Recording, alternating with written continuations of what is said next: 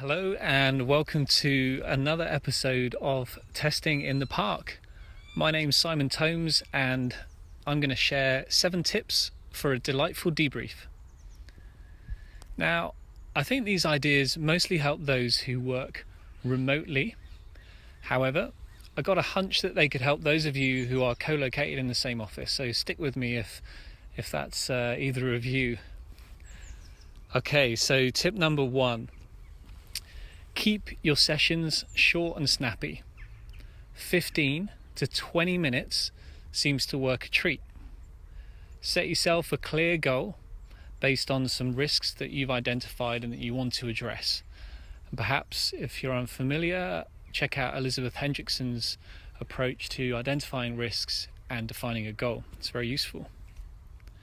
So when someone comes to read your debrief or read your session, it's clear to them what it is that you intended to discover. So it's like a headline of a story. Imagine a newspaper. It's like the headline that's going to pull people in to want to read on.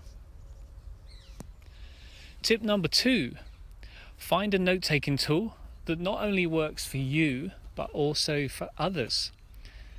Now, I'm aware that a lot of people who write notes during exploratory testing like to keep those notes to themselves. I'm actually a fan of sharing those notes with others. I think there's something cool about that level of transparency. And I think combining the notes with a short amount of time spent exploring seems to work. So I use Google Docs to do this.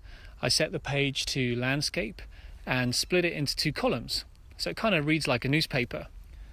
I mean, after all, you are trying to tell a story.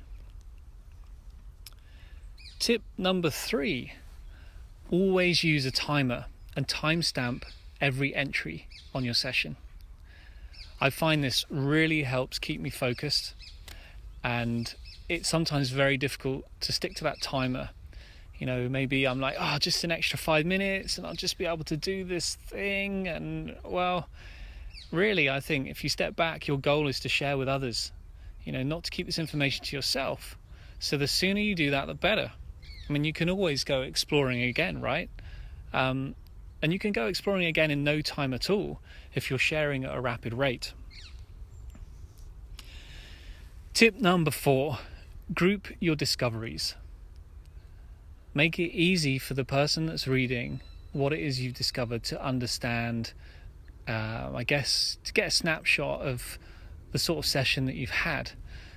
I use a technique called PQIP. So I capture problems and I use an icon with a red exclamation mark. If I have a question, I use a blue question mark. If I have an idea that I'd like to share, I use a yellow light bulb icon. And if I'm sharing some praise, I use a green smiley. This will give the reader a quick overview of the session before they dive into the details. Tip number 5. Just before you share your session, read it back. Does it make sense? Would another person who reads it understand what you've written? Are you telling a compelling enough story?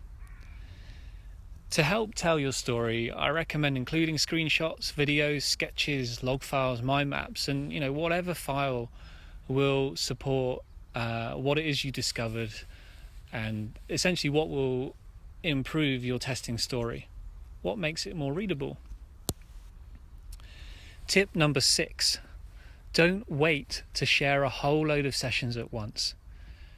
Share that your session is ready for debrief immediately. As soon as you're ready to share it. Don't hold back. Now, you don't want to overwhelm people. And sharing sessions as soon as they're complete gives people an opportunity to read the story. You're not trying to share the whole newspaper. You're trying to give people some engaging stories to read and understand and learn. And ultra short exploratory testing sessions, so coming back to 15 to 20 minute sessions, tend not to overwhelm the person on the receiving end. You'll all learn extremely rapidly by doing so.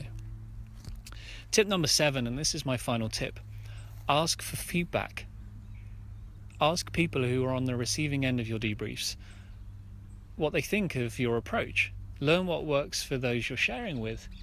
Encourage others to share their ideas to help improve your process. Well, that's it. There's 7 tips to improve your debriefs. I hope they've helped. And I just have one final thought. I like to refer to these rapid exploratory feedback loops as three terms. So imagine a loop, and at the top you have explore, next you have capture and share. You imagine you've got a circle with arrows joining up those 3 words. And explore, capture, share, I feel captures what it is you're doing here. You know, keeping those sessions as rapid as possible, 20 minutes max if you can. I know it's difficult, but try and keep it to 20 minutes. And maybe explore, capture, share, you could call it ECS testing. And hey, maybe we've just invented a new thing. But anyhow, these birds are pretty noisy today, so I'm going to leave you to it. As always, I'd love to hear your thoughts, your ideas, and your feedback, and I look forward to seeing you soon. Bye.